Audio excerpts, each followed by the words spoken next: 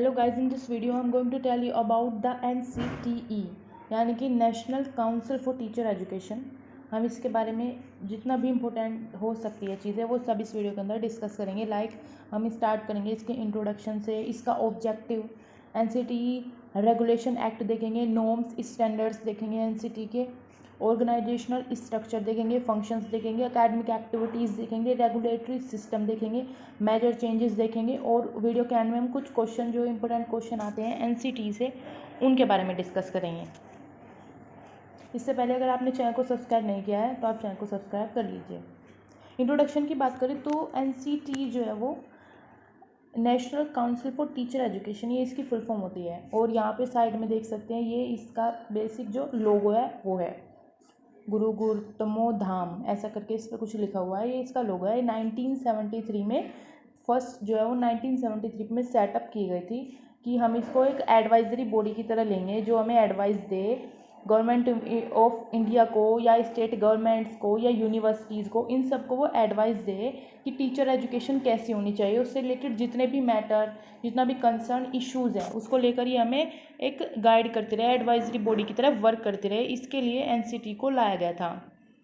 जो NCTE की council secretariat है, जितने भी NCTE के मेंबर या जितने भी इसका प्रोग्राम फंक्शन चलता है, ये जो टीचर एजुकेशन डिपार्टमेंट है NCERT का, वहाँ पर चलता है। और NCERT की फुल फॉर्म आप जानते होंगे, national council of educational research and training.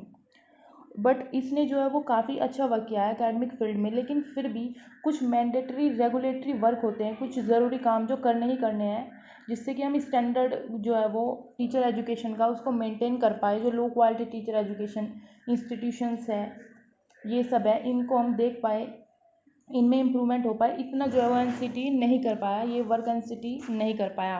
कहीं ना कहीं इसके कहीं ना कहीं ये पीछे रह जाता है इन कामों में। जो नेशनल पॉलिसी ऑफ एजुकेशन है 1986 and plan of action under it envisaged the national council for teacher education with constitutional status and requisites resources as a first step to complete the teacher education system. ये जो है वो इसको लाया गया है इनके थ्रू, ताकि हम जो टीचर एजुकेशन सिस्टम है उसको अच्छे से एनालिसिस कर पाए और उसको कंप्लीट कर पाए पूरे नॉर्म्स एंड स्टैंडर्ड्स के साथ जो इसके होने चाहिए। ये जो है वो मेन जो है वो 17 अगस्त 1995 को लागू किया गया by national council for teacher education act 1993, जो 73rd ऑफ 1993 उसको बोला जाता है। तो ये आपको जो है वो याद रखना होगा, ये काफ़ी इम्पोर्टेंट होता है। और आजकल के टाइम में जो पॉलिसी डिसीजंस और डेवलप न्यू करिकुलम फ्रेमवर्क, ये चीज़ें पॉलिसी डिसीजंस लगते हैं इनको डेवलप करने के लिए, ताकि हम जो एग्जिस्टिंग कोर्सेज है और जो स्ट्रक्चर है डिप्लोमा के, बैचलर्स के, MA मास्टर एजुकेशन के, अदर जितने भी कोर्सेज है रिलेटेड टीचिंग एजुकेशन, उनको उन पर इन चीज़ों को हम इम्प्लीमेंट कर पाए, रेगुलेट कर पाए teacher education system of India. जो NCTE है that works in accordance with the NCTE act and it's rule and regulation. जो NCTE एक्ट के अंदर चीज़ें लिखी हुई है उसी के रूल्स एंड रेगुलेशन को फॉलो करते हुए NCTE जो है वो वर्क करता है। जो बेसिक ऑब्जेक्ट है NCTE का वो है प्लानिंग, फिर उसका कोऑर्डिनेटेड डेवलपमेंट करना टीचर एजुकेशन सिस्टम का ऑल ओवर इंडिया में उसका जो है वो कोऑर्डिनेटेड डेवलपमेंट करना, और उसकी नॉर्म्स एंड स्टैंडर्ड जो है वो टीचर एजुकेशन सिस्टम है उनका रेगुलेशन देखना, उनकी प्रॉपर मेंटेनेंस देखना, और बाकी इससे जो भी टॉपिक्स रिलेटेड होते हैं उन सब पर वर्क करना, काम करना, इम्प्रूवमेंट करना। इसकी 4 रीजनल कमिटीज़ हैं इंडिया के अंदर, जैसे ईस्ट, वेस्ट, नॉर्थ, साउथ, चारों जो है वो अलग अलग जगह पर इंडिया के, वहाँ पर इसकी रीजनल कमिटीज़ है। लाइक ईस्ट में जो है वो उड़ीसा के अंदर है, भुवनेश्वर में, वेस्ट में भोपाल में, नॉर्थ में जयपुर में, और साउथ में बेंगलोर के अंदर इसके हेडक्वार्टर जो इसकी रीजनल कमिटीज़ है वो है अलग अलग जगह पर, और इसके हेडक्वार्टर जो है वो नेशनल कैपिटल ऑफ इंडिया यानी न्यू दिल्ली के अंदर है। और जो ये रीजनल सेंटर्स है ये इंश्योर करते हैं कि इनके जो रेस्पेक्टिव रीजन है, लाइक इंडिया के ईस्ट, वेस्ट, नॉर्थ, साउथ सारे रीजन जो कवर हो जाते हैं, तो इन रीजन्स में टीचर की जो टीचर एजुकेशन है उसकी क्वालिटी अच्छी रहे, मेंटेन रहे, उस पर उसको ये इंश्योर करती है, वहाँ पर ये वर्क करती है। ऑब्जेक्टिव की बात करें तो इसके यही ऑब्जेक्टिव है, जो प्लानिंग करते हैं लेकर किसी चीज़ को कि ये ऐसा होना चाहिए, वो प्लान और जो कोऑर्डिनेटेड डेवलपमेंट है वो होना चाहिए टीचर एजुकेशन का पूरी कंट्री के अंदर। और नॉर्म्स, स्टैंडर्ड, रेगुलेशन जितना भी रिलेटेड हो सकता है टीचर एजुकेशन सिस्टम का, वो सारे डेवलप हो और उनका इफेक्टिव इम्प्लीमेंटेशन हो पाए। Academic and administrative support provide करना टीचर एजुकेशन प्रोग्राम में। और it aims at training individual for equipping them to teach pre primary, primary, secondary, senior secondary stages in school. मतलब इसका एम यही है, जो इंडिविजुअल है, जो ट्रेनिंग इंडिविजुअल यानी जो टीचर है, जो ट्रेनीज होते हैं, उनको इतना तो इक्विप करे, उन्हें इतना तो एबल बनाए कि वो टीच कर पाए प्री प्राइमरी स्टेज पर, प्राइमरी स्टेज पर, सेकेंडरी स्टेज पर और सीनियर सेकेंडरी स्टेज पर, ये चारों स्टेज पर स्कूल के अंदर। नॉन फॉर्मल भी और पार्ट टाइम एजुकेशन पर भी ये फोकस करता है। एडल्ट एजुकेशन जो कोरस्पोंडेंस से या डिस्टेंस से कोर्सेज कराए जाते हैं उन पर भी ये फोकस करता है, उन पर भी ये वर्क करता है। जितना भी एजुकेशन से रिलेटेड काम है उन सब में सोचता है कि टीचर का इतना इम्प्रूवमेंट हो पाए कि वो सारे काम अच्छे से कर पाए, टीचिंग जो है वो अच्छे से कर पाए। एनसीटी रेगुलेशन एक्ट वैसे तो काफ़ी बड़ा एक्ट है, लेकिन हम इसके कुछ की पॉइंट्स देख लेते हैं कि ये क्या करता है। ये रिकॉग्नाइज नॉर्म एंड प्रोसीजर जो है वो टीचर एजुकेशन में उसको सेट करता है, किस तरह एजुकेशन होनी चाहिए, बहुत सारी चीज़ों पर ये वर्क करता है। एप्लीकेबिलिटी देखता है कि जो टीचर एजुकेशन के सारे एस्पेक्ट उसके अंदर कवर हो पाए। और एक इंस्टीट्यूशन के लिए एलिजिबिलिटी क्राइटेरिया सेट करता है कि उसमें किस एज के बच्चे किस एज के टीचर्स आएंगे, क्या क्या उनकी प्रोफेशनल क्वालिफिकेशंस होगी, कितना उनके पास एक्सपीरियंस होगा, बहुत सारी चीज़ों को, क्या कौन कौन से एग्ज़ाम पास करके वो टीचर बनेंगे। और manner of making, processing of application, time limit, ये सब वो देखता है। Processing fees for grant of recognition to an institution to conduct teacher education programme. अगर कोई इंस्टीट्यूशन कंडक्ट करता है तो उसको ग्रांट ये प्रोवाइड करता है। फाइनेंशियल मैनेजमेंट करता है और रिपील करता है रेगुलेशंस की and power to relax norms, ये सब ये देखता है। इसके पास पावर होती है रिलैक्स करने की नॉर्म्स, स्टैंडर्ड्स को और रेगुलेशंस को रिपील करने की। तो ये एनसी रेगुलेशन एक्ट होता है। नॉर्म्स एंड स्टैंडर्ड्स में देखा जाए तो कोर्स की क्या ड्यूरेशन होगी, वर्किंग डेज कितने होंगे, इनटेक, एलिजिबिलिटी, एडमिशन प्रोसीजर कैसा होगा, स्टाफ उनकी क्वालिफिकेशन क्या होगी, टर्म्स कंडीशन सर्विस की क्या होगी, फैसिलिटीज़ क्या क्या मिलेगी, करिकुलम ट्रांजैक्शन, क्या क्या करिकुलम के अंदर ऐड किया जाएगा, क्या क्या रिमूव किया जाएगा, कौन सी एक्टिविटी बच्चों के लिए बेटर है, कौन सी एक्टिविटी टीचर कराएगा, ये सारी चीज़ें जो है वो इसके अंदर आती है। ऑर्गेनाइजेशनल स्ट्रक्चर की बात करें तो इसका चेयरपर्सन होता है, एक मेन जो हेड होता है इसका, फिर उससे नीचे वाइस चेयरपर्सन, फिर मेंबर सेक्रेटरी, फिर ये है वो डिवाइड हो जाता है डेप्यूटी सेक्रेटरी में और रीजनल डायरेक्टर में, जो डायरेक्टरेट ऑफ एजुकेशन हम बोलते हैं। और चेयरपर्सन से एक रीजनल कम्युनिटी भी बनती है जिसमें state representative and teacher education experts, ये लोग एक्सपर्ट जो है वो ये लोग बैठते हैं। तो यहीं से जो है उसके डिवाइडेशन शुरू हो जाती है। नीचे काफ़ी सारे इसमें अलग अलग डिवीज़न है, वो आप देख सकते हो। फिर UDC, LDC, असिस्टेंट प्रोफेसर, ये सारे लोग जो है इसके अंदर आ जाते हैं। तो एनसीटी का जो हेडक्वार्टर है उसको जो है वो चेयरपर्सन हेड करते हैं, जो है फुल टाइम चेयरपर्सन, ऊपर जो ब्लू येलो में दिखाए गए हैं। और जो रीजनल कमेटी है वो रीजनल डायरेक्टर हेड करते हैं। आगे देखें तो जो एनसीटी का वर्क है वो 13 डिवीजन्स, कुछ 13 डिवीज़न इसके अंदर किए गए हैं, उसके अकॉर्डिंग चलता है। लाइक एक एकेडमिक डिवीज़न हुआ, एकेडमिक वर्क उसके अंदर देखते हैं। अकाउंट्स डिवीज़न में अकाउंटिंग कि क्या क्या मैनेजमेंट हो सकता है, मनी का, ये सब चीज़ों का अकाउंट्स डिवीज़न में देखा जाता है। फिर एडमिनिस्ट्रेशन है, फिर अपील है, फिर कोऑर्डिनेशन डिवीज़न है, फिर इलेक्ट्रॉनिक डाटा प्रोसेसिंग है। ऐसे करके VIP डिसीजन तक 13 इसके अंदर डिवाइड किया हुआ है वर्क को कुछ डिविजन्स लगा के। फंक्शंस देखें NCTE के तो ये सर्वे करता है और स्टडी करता है related to various aspect of teacher education, और जो भी रिजल्ट आता है उसको पब्लिश करता है। आप क्लियरली रिपोर्ट्स देख सकते हो कि क्या क्या एजुकेशन में क्या क्या इम्प्रूवमेंट हो रहा है और कहाँ नीड है। और सुटेबल प्लान रिकमेंड करता है, प्रोग्राम कराता है सेंट्रल स्टेट गवर्नमेंट के लिए, यूनिवर्सिटी के लिए, UGC और रिकॉग्नाइज्ड इंस्टीट्यूशंस के लिए। और it Lay's guidelines regarding examination, training and employment of a candidate, कि क्या क्या नॉर्म स्टैंडर्ड फॉलो होंगे एग्ज़ाम कराने के लिए या फिर ट्रेनिंग कराने के लिए। कैंडिडेट अगर कोई है उसको एम्प्लॉयमेंट मिलना है तो उसके क्या क्या उसके पास क्वालिफिकेशंस होनी चाहिए, ये सारी चीज़ें इनके रिगार्डिंग जो भी गाइडलाइंस आती है वो NCTE बनाता है। लाइक अगर टीचर के लिए गाइडलाइंस है कि उसका basic teacher eligibility test clear होना चाहिए तभी वो फाइनल एग्ज़ाम में बैठ सकता है या बैठ सकती है, तो वो गाइडलाइंस जो है वो NCTE ही बनाता है। और ये कब तक उनका टेट वैलिड होगा, कब तक नहीं होगा, ये सब NCTE देखता है। और ये कोऑर्डिनेशन देखता है और मॉनिटर करता है टीचर एजुकेशन की, कि जिस तरह वो चलनी चाहिए क्या वो चल पा रही है, वो फॉलो कर रही है, वो जो ऑब्जेक्टिव लेके चले क्या वो फुलफिल हो रहे हैं। और ये guidelines regarding tuition fees, other fees chargeable by recognition institution, कि ट्यूशन फ़ी कितनी होगी, और या फिर जो भी इंस्टीट्यूशन है, जैसे आप जिस भी यूनिवर्सिटी के अंदर जाते हो, मान लीजिए दिल्ली यूनिवर्सिटी, तो दिल्ली यूनिवर्सिटी अपनी अलग से एक फ़ीस चार्ज करती है, आपकी ट्यूशन फ़ी के साथ में वो फ़ीस ऐड होती है। तो ये कि वो कितनी फ़ीस सेट करेगी, ये गाइडलाइंस भी जो है वो एनसीटी ही सेट करता है। और जो पीरियडिकली एग्जामिन्स हो, रिव्यू हो, इम्प्लीमेंटेशन नॉर्म गाइडलाइंस का इनका रिव्यू होता रहता है कि क्या ये जिस एम को लेकर बनाई गई है क्या वो फुलफिल हो रहा है। इनका इम्प्लीमेंटेशन देखा जाता है कि कहाँ तक इनका इम्प्लीमेंटेशन हुआ है। और जो इनोवेशन, रिसर्च, डेवलपमेंट होते हैं एजुकेशन फील्ड में, वहाँ पर भी एनसीटी वर्क करता है, फॉर्मुलेट करता है इस स्कीम को। और नए institution for various development programme, जितने भी नए इंस्टीट्यूशन बनते हैं उसमें भी ये हेल्प करता है। और ये प्रिवेंट करता है कमर्शलाइजेशन ऑफ टीचर एजुकेशन, यानी कोई अगर टीचर है तो वो अपनी एजुकेशन को कमर्शलाइज ना कर दे। लाइक अगर कोई गवर्नमेंट टीचर है तो वो स्कूल के अंदर टीचिंग कर रहा है, बच्चों को पढ़ा रहा है, प्लस में अगर वो प्राइवेट ट्यूशन्स भी देना स्टार्ट कर दे तो उससे क्या होगा, कमर्शियल हो जाएगी एजुकेशन। बच्चे जो है वो टीचर के प्राइवेट ट्यूशन में जाना पसंद करेंगे, क्योंकि वहाँ पर टीचर जो है वो बच्चों से फीस ले रहा है तो वो ज़्यादा फोकस करता है, और अच्छे से उसका प्राइवेट ट्यूशन सेंटर है तो वहाँ पर बहुत क्लियरली चीज़ों को समझाएगा, और वो क्लास में से बच्चों को इन्फ्लुएंस भी कर सकता है कि आप मेरे प्राइवेट ट्यूशन पर जाओ। क्योंकि गवर्नमेंट टीचर है तो उसकी सैलरी उसे टाइम पर मिलती रहेगी, तो वहाँ इतना वर्क ना करके अपने प्राइवेट ट्यूशन में ज़्यादा फोकस करेगा, तो इससे एजुकेशन जो है वो कमर्शियलाइज हो जाएगी। तो अब इसके अंदर यही एनसीटी ने स्टैंडर्ड सेट किया होगा, अगर कोई भी गवर्नमेंट एम्प्लॉय है, टीचर है, वो प्राइवेट कोई भी कमर्शियल वर्क यानी कोई ट्यूशन पढ़ाना ये सब नहीं कर सकता, तो ये एनसीटी सेट करती है। और ये इंस्पेक्शन करते हैं इंस्टीट्यूशन का और फीडबैक देते हैं टीचर एजुकेशन में कि क्या क्या इंप्रूवमेंट की ज़रूरत है और कहाँ जो है वो अच्छा वर्क चल रहा है।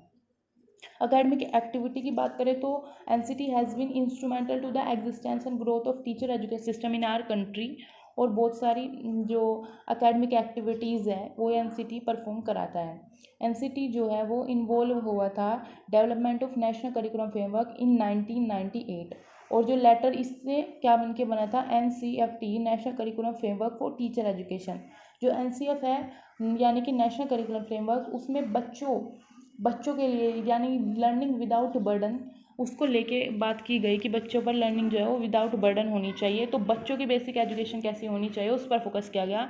बट 2009 में आया एनसीएफटी यानी कि national curriculum framework for teacher education. इसके अंदर टीचर को क्या क्या करना चाहिए, टीचर एजुकेशन से रिलेटेड चीज़ें थी, सिर्फ टीचर और एजुकेशन से रिलेटेड चीज़ें थी, बच्चों से रिलेटेड नहीं थी।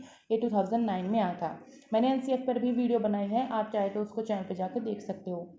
और ये जो है वो कंस्टिट्यूट करता था, कोऑर्डिनेट करता था बहुत सारे करिकुलम कमिटीज़ जो थी उनके साथ, ताकि हम डेवलप करवाए करिकुलम फ्रेमवर्क, एक करिकुलम कैसा होना चाहिए, just such as in the 15 teacher education programme as per the recommendation of justice Verma commission 2012। तो इसके अंदर क्या क्या किया गया, कंडक्ट किए गए orientation workshops, model syllabus develop किए गए for the 2 year M Ed B Ed D El Ed programmes के लिए, designing of innovative programme and curriculum evaluation को इंश्योर किया गया, देखा गया, बनाया गया, कंडक्ट की गई research to support the development of policies and norms in education, ताकि जो पॉलिसी नॉर्म बनाया गया एजुकेशन के अंदर उनको सपोर्ट मिले, हम उनको आगे बढ़ा सके। मॉड्यूल्स और मोनोग्राफ्स इन्होंने पब्लिश किए, बहुत सारी गाइडलाइंस निकाली एलिजिबिलिटी जो क्राइटेरिया है उसके लिए, और टीचर एलिजिबिलिटी टेस्ट जो टेट किए जाते हैं उनके लिए, टेट कंडक्ट कराती है गवर्नमेंट, उन सब के लिए इन्होंने एलिजिबिलिटी क्राइटेरिया के रिगार्डिंग गाइडेंस ये डेवलप की, उसको निकाला। और इन्होंने साइन किए बहुत सारे एमओयूज़ यानी मेमोरेंडम ऑफ अंडरस्टैंडिंग बहुत सारे ऑर्गेनाइजेशंस के साथ, सच एज NAAC, आपने सुना भी होगा, national assessment and accreditation council for the accreditation of teacher education institution in every 5 year. 5 साल के अंदर ये जब वो टीचर एजुकेशन इंस्टीट्यूशंस में हेल्प करते हैं, तो उनके साथ इन्होंने MOUs साइन करे। एक्रेडिटेशन यानी कि जो रिकॉग्नाइजेबिलिटी यानी एक तरह से बोलते हैं हम मान्यता, ये प्रोवाइड करते हैं, तो उनके साथ इन्होंने बहुत सारे MOUs जो है वो साइन किए, ताकि हमारे यहाँ पर एवरी 5 ईयर के अंदर बहुत सारे अलग इंस्टीट्यूशंस बने, उन्हें रिकॉग्नाइजेबिलिटी मिले नेशनल लेवल पर भी। और उन्होंने डेवलप किए, मेंटेन करे database on universities offering teacher education programme, जो भी university teacher education programme offer करती थी, academic experts, teacher education institution, teacher educators, सब पर जो है वो डाटाबेस डेवलप और मेंटेन किए इन्होंने।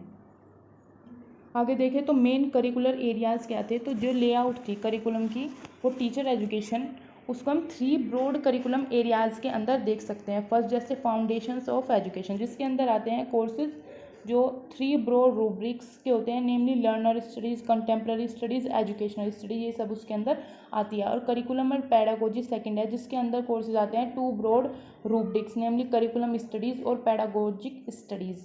थर्ड होती है स्कूल इंटर्नशिप, जिसमें क्या होता है, डेवलपमेंट होता है ब्रॉड रेपर्टोयर ऑफ पर्सपेक्टिव का, प्रोफेशनल कैपेसिटीज़ का, टीचर सेंसिबिलिटीज़ का एंड स्किल्स का। तो ये 3 ब्रॉड कैटेगरीज इसके अंदर रही। और टुगेदर ये जितने भी एरिया थे ये कंस्टिट्यूट करते थे common core curriculum for teacher education program across stages like pre school, elementary, secondary, senior secondary. इन सब स्टेजेस पर टीचर का क्या कोर करिकुलम होना चाहिए उसको डिसाइड करते थे तीनों एरिया। ऑर्गेनाइज करते थे लर्नर सेंटर्ड हो, ये एक्टिविटी सेंटर्ड हो, पार्टिसिपेटरी लर्निंग एक्सपीरियंस इनके अंदर हो, प्ले हो, प्रोजेक्ट हो, डिस्कशन हो, डायलॉग हो, ऑब्जर्वेशन हो, visit and learn to reflect on their own practice, ये सब चीज़ें इसके अंदर ऐड हो गई। सर्विलेंस और रेगुलेटरी सिस्टम ऑफ एनसीटी देखें तो एनसीटी का जो है सर्विलेंस काफ़ी स्ट्रॉन्ग है, इसका रेगुलेटरी सिस्टम स्ट्रॉन्ग है। ये जो है वो जो भी चीज़ें ये इम्प्लीमेंट करते हैं ये इनको देखते हैं कि क्या वर्क उसी तरह चल रहा है। लाइक जो भी ये डिवीज़न करते हैं, specially the regulatory division, legal division, inspection division, vigilance division, उन डिवीज़न्स के थ्रू ये जाके जो है वो सर्विलेंस और रेगुलेटरी सिस्टम को चेक करते हैं। और ये इस तरह फॉलो होते हैं, लाइक फॉर्मुलेट करते हैं रेगुलेशन को, नॉर्म्स को फॉर टीचर एजुकेशन इंस्टीट्यूशंस के लिए और जो टीचर एजुकेशन प्रोग्राम्स हैं उनके लिए। और जो मिनिमम रिक्रूटमेंट क्वालिफिकेशन है स्कूल टीचर्स की उसको ये फॉर्मुलेट करते हैं, रिव्यू करते हैं और अमेंडमेंट करते हैं एक्ट में, जो लाइक एनसीटी जो एक्ट है इसके अंदर भी इसके रूल्स और रेगुलेशंस को भी खुद ही ये रिव्यू भी कर लेते हैं, उसमें अमेंडमेंट भी हो जाता है अगर उसकी ज़रूरत है तब। ये इंश्योर करते हैं इम्प्लीमेंटेशन ऑफ नॉर्म्स और स्टैंडर्ड जो इन्होंने बनाई हुई है उनका। ये मेंटेन करते हैं क्वालिटी स्टैंडर्ड क्या होना चाहिए टीचर एजुकेशन इंस्टीट्यूशन का एंड प्रोग्राम्स का। ये कंडक्ट करते हैं इंस्पेक्शंस जो टाइम टाइम पर स्कूल्स के अंदर कभी भी हो जाते हैं। आइडेंटिटी डिफिशियंसीज और अपॉर्चुनिटीज़ देते हैं जिससे कि एजुकेशन सिस्टम में जो है वो इम्प्रूवमेंट हो पाए। और ये एलिमिनेट भी कर देते हैं या मिनिमाइज भी करते हैं the scope of malpractising by detecting points of system failure. यहाँ तो ये इस तरह वो सर्विलेंस और रेगुलेटरी सिस्टम एनसीटी का वर्क करता है। चेंजिंग नॉर्म्स एंड स्कोप्स की बात करें तो ये टाइम पर कुछ चेंजेस जो है वो कर दिए जाते हैं इसके अंदर। तो इसके जैसे एनसीटी ने रिवाइज किए थे अपने नॉर्म्स एंड रेगुलेशन स्टैंडर्ड जो थे उन्हें नवंबर 28, 2014 को। इसमें क्या था, diploma in early childhood education programme leading to diploma in pre school education DPSE। Early childhood को प्री स्कूल बना दिया था, DPSE बोला जाने लगा था। एलिमेंट्री टीचर एजुकेशन प्रोग्राम को diploma in elementary education DLED बोला जाने लगा। Bachelor of elementary teacher education programme को बैचलर ऑफ एलिमेंट्री एजुकेशन यानी BLED डिग्री वो बना दिया गया था। बैचलर ऑफ एजुकेशन प्रोग्राम को बैचलर ऑफ एजुकेशन डिग्री यानी BEd बना दिया था। मास्टर ऑफ एजुकेशन को मास्टर ऑफ एजुकेशन एक डिग्री MEd बना दिया था। तो ये सारी चीज़ें जो है वो बना दी गई थी। अब मेजर चेंजेस की बात करें तो इसके अंदर काफ़ी कुछ मेजर चेंजेस भी आए हैं। लाइक इसने जो भी कुछ टाइम पर काफ़ी सारे चेंजेस किए हैं हम उनकी बात करें तो एनसीटी ने जो क्वालिफिकेशन होनी चाहिए टीचर एलिजिबिलिटी टेस्ट यानी TET उसकी क्या क्वालिफिकेशन है, इसमें काफ़ी मेजर चेंजेस किए हैं टाइम टू टाइम। इसमें एनसीटी ने अलाउड किए degree holder who have scored less than 50% marks in pre July 2011 undergraduate exam in addition to appear in TET. जिनके 50% मार्क्स तक से भी लेस है उन सबको भी जो है वो टीचर एजुकेशन प्रोग्राम या टीचर एजुकेशन टेस्ट टेट के अंदर वो एग्ज़ाम दे सके, अपीयर हो सके, वो सब जो है वो ये चेंज इन्होंने किया। आई थिंक ये काफ़ी अच्छा चेंज भी है। और CTET TET extension till class 12 ये भी इन्होंने जो है वो किया है कि जो एनसीटी है उसने कंस्टिट्यूट की कमेटी जिसके अंदर उन्होंने गाइडलाइंस बनाई, टेस्ट स्ट्रक्चर बनाए, कंपोनेंट बनाए और एक्सटेंड किया TET and CTET exam to class 12 teachers तक भी। वो भी जो टीचर है वो भी इस एग्ज़ाम को दे सकते हैं। Decision align with the NEP 2020 के साथ ये डिसीजन अलाइन हुआ है। जो सेंट्रल टीचर एलिजिबिलिटी टेस्ट है CTET वो जितने भी लेवल है स्कूल एजुकेशन के from preparatory class to class 12 under the new education policy 2020 कोई भी प्रिपरेटरी क्लास या क्लास 12 तक आप उस एग्ज़ाम को दे सकते हो, वो एप्लीकेबल होगा। तो ये चेंजेस उसमें किए गए हैं। नेक्स्ट चेंज किया लाइक कि वैलिडिटी कब तक होगी, जो टेट सर्टिफिकेट है उसकी वैलिडिटी कब तक होगी। तो पहले उसकी वैलिडिटी होती थी 7 ईयर्स, जब आप सीटेट देते थे तो उसकी वैलिडिटी 7 ईयर होती थी, बट अब सीटेट की वैलिडिटी को लाइफ टाइम कर दिया है। तो ये भी काफ़ी अच्छा चेंज इन्होंने किया है कि आप एक बार अगर एग्ज़ाम देंगे, आपके पास टेट आपका सर्टिफिकेट होगा, टेट का सर्टिफिकेट होगा, तो वो लीगल होगा आपकी होल लाइफ टाइम तक। जो एनसीटी का रोल है टीचर डेवलपमेंट में, वो हम नेक्स्ट वीडियो के अंदर देखेंगे। बाकी हम बात करें तो इसमें कंक्लूजन पर आते हैं। तो national council of teacher education, तो ये इस्टेब्लिश हुआ था ये देखने के लिए कि हम मेंटेन कर पाए, डेवलप कर पाए टीचर एजुकेशन को अपनी कंट्री इंडिया के अंदर।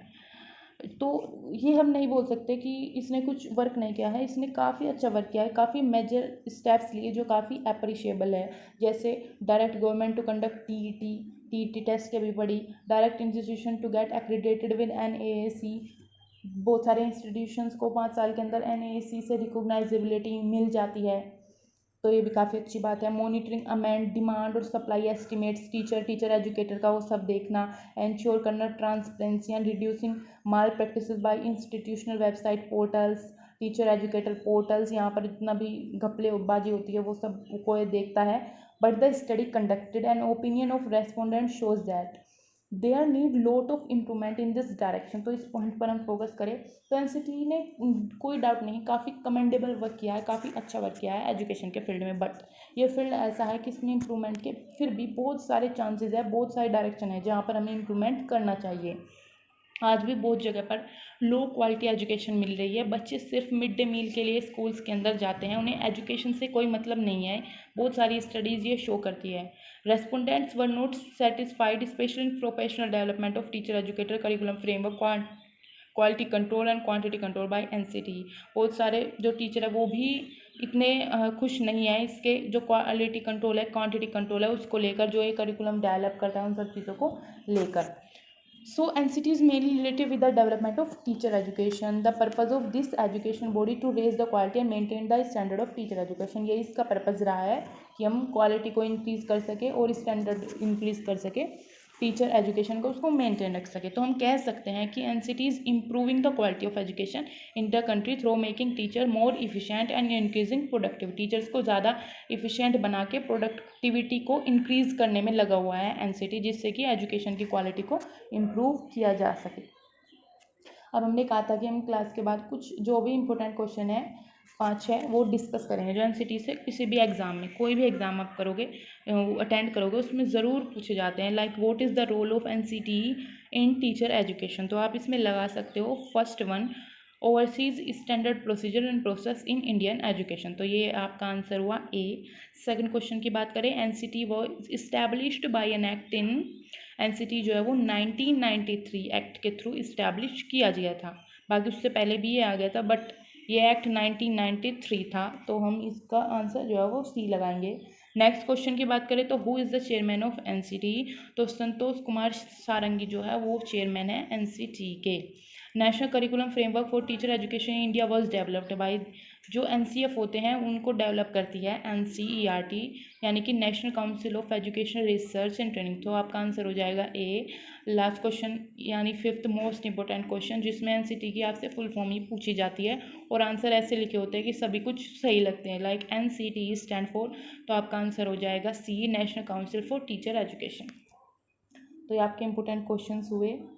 Thanks for watching, please like share and subscribe the channel.